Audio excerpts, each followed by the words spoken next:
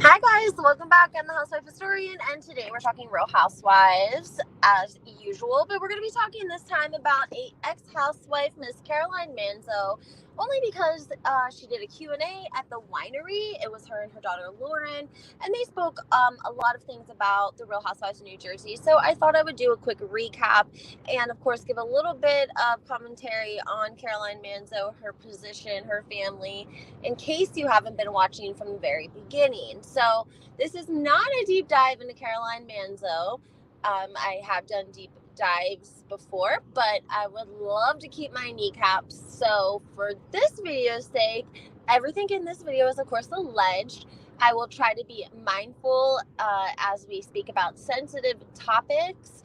If you have any issues that anything disturbing, you might want to keep scrolling, because we do have, if we talk about Caroline Manzo, guys, I'm going to give it to you guys. I'm always going to give you guys the truth. I try not to make these ladies upset. You guys know what I went through with, a Real Housewives of New Jersey star when I came to YouTube and did a video, because I had information, I had a source that was confirming that they were pitching a show to, HGTV style show to other networks. And that made the housewife and her husband angry. And I have continued to pay the price for that. And I don't even understand why that's so bad. But anyways, guys, everything in this video is, of course, alleged. And we're going to talk about Caroline Manzo and her family, and also what has been going on with Caroline recently in the press, because it's important that we remember there was an incident that took place on the Housewives girls trip in Morocco, and we don't exactly know what happened yet, but it's a very critical to the pieces of the puzzle. But I think for this video's sake, we're going to try to really concentrate on Caroline and what her relationship has been like with Teresa, Judy J, and Juicy Joe and the family. So let's go ahead and get into this. Again, this is sort of a little bit of a trigger warning, warning for a few minutes, because we are going to discuss a gruesome death that took place. And we'll get into that now. So I'll give you guys a couple of seconds if you want to keep scrolling. I would say come back in at maybe like the 7-minute marker, and we should have all of that wrapped up. And again, I will try to speak as sensitively as I can be as it pertains to the situation. So from the very, very beginning, everyone has made allegations that pretty much all of the Real Housewives of New Jersey, their husbands, their families, whomever, have connections, okay? They live in the New York City area. We know that there are 5 major mob families that were responsible for running the mob, the mafia, whatever you want to call it, out of New York City and New York, New Jersey. One of those families is linked allegedly to the Manzos in a lot of different ways, okay? But let's start from the very beginning. Al and Caroline are married, okay? Caroline has a sister named Dina. Dina ends up marrying Al's brother, okay? So now we have Caroline, who is a sister to Dina, right? They're sisters, and they have now married brothers, Al and Tommy Manzo. Now, Al and Tommy Manzo, again, allegedly connections. This was prior to everything happening with Dina. Al and Tommy's dad, sadly, he was unalived. He was, his name was Skinny.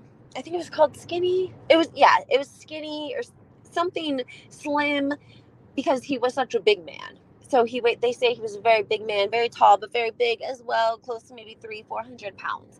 And when he was unalived, he had body parts that were taken off and put in different places. Okay, a lot of it was put in the trunk. Okay, and on Alive, Danielle, I know you guys remember Danielle. Now remember, Danielle's been around New Jersey for a very long time, and she did run in a rough crowd. She knows a lot about the mob. She knows a lot about connections, and she confirmed that his manly part was taken off and put in his mouth. Now, allegedly, they found him in his car, and it took several hours to get everything out of the car. Now, this is not a traditional somebody got mugged and unalived. Okay, this is very much screams that it is by someone connected that would do something like this, right? Now, there's like a whole book about this. You can go read it, look it up if you want. There was a detective out of New York City, or he was out of, let me think about that for 1 second. He was out of New York, maybe. Allegedly, there was a casino that Alan Tommy's dad and another gentleman were skimming money off the top, and it ended up being well connected somebody else, and that's allegedly what happened. But again, allegedly a lot more to the unaliving than that. Clearly, if there's clearly. So let's just go ahead and maybe make a mental note that there could be some connections here to, the mafia. And so then, we don't see that on the show, of course, but Alan and Caroline do speak about it. But of course, Bravo is going to leave out a lot of the gruesome details. And they do visit the site where Al's dad was found unalived in his car. And you can go back and watch that. So verify it, fact check me. Go ahead, guys. It's fine. But yes, that's what transpired. So a couple of other things I want to note. This is things you probably haven't heard in a very long time. Caroline does throw a very, very huge party in support of the FOP, Fraternal Order of Police, there for her local jurisdiction in New Jersey. And when I mean big, I mean big. Thousands and thousands and thousands of dollars is spent on this charity event. I don't know if she raises money for the Fraternal Order, the FOP. Is the point of the party? I'm not exactly sure. I also want to point out that when Tommy Manzo and Dina were married, they were on what was called My Big Fat Wedding, and it was on VH1. Now, that is surely scrubbed from the internet, y'all. You ain't gonna find that nowhere, okay? I wish that I had clips of it I could give to y'all, but I don't, because I didn't save them, because I didn't know that they were going to go scrub it from the internet, honey. But I can tell you a little bit about what happened, because I did watch it. And there were some major points, and I wish that I had clips. I think that I might be able to find some photos for you from an old blog. If you guys are interested in those, let me know. Again, I didn't really want to concentrate on Dina in this video, but if we're going to talk Manzos, we have to talk about Dina, because it is Caroline's sister. It just is. And Dina was with Tommy, and they were on the VH1, and Caroline was on the show with Dina. They were shopping for dresses. Dina cried a lot.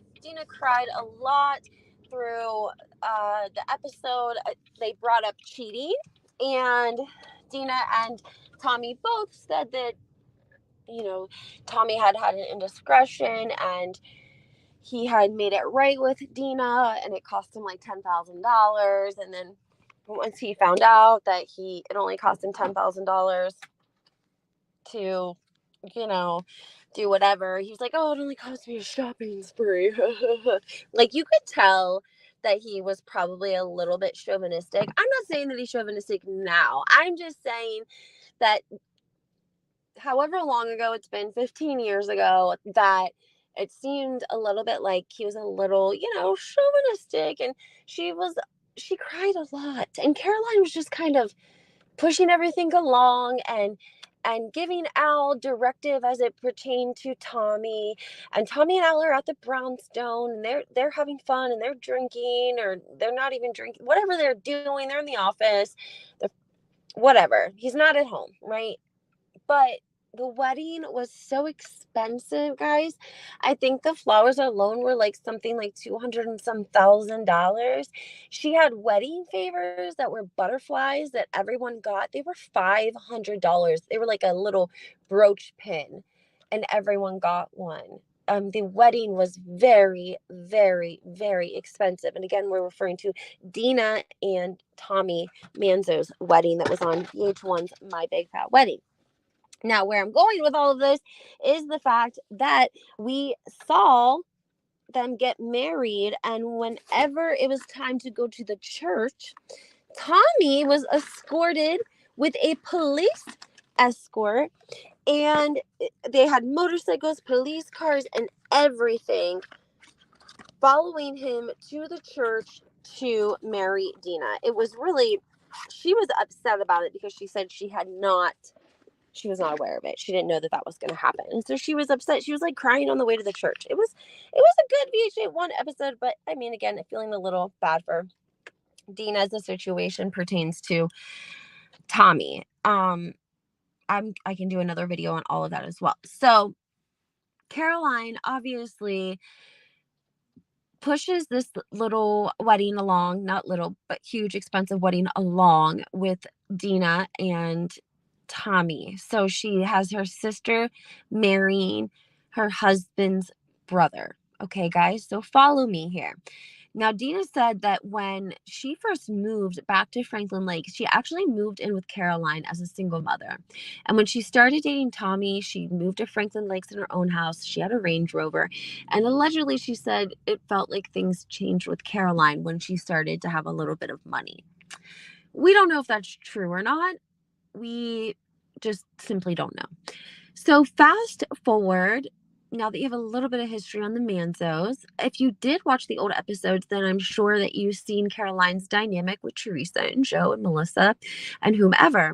And Caroline was recently at City Winery, and she did a show with two gentlemen. I don't know their name off the top of my head, but it was her and Lauren, and they were asked a lot of questions about the Real Housewives of New Jersey, and they gave a lot of juicy, unanswered, partly answered sort of questions. So a couple of those I want to talk about with you guys. 1A, he asked her about the indictment, because we're hearing that the indictment, Teresa and Juicy Joe's indictment, came because of information that allegedly her brother had given to the FBI directly or through Monica, who was representing the business partner of Juicy Joe, who was pissed off about money that he claimed that Juicy owed him. Okay? Caroline says at the Q&A that she knows who made the call because she was in the room, but she's never telling.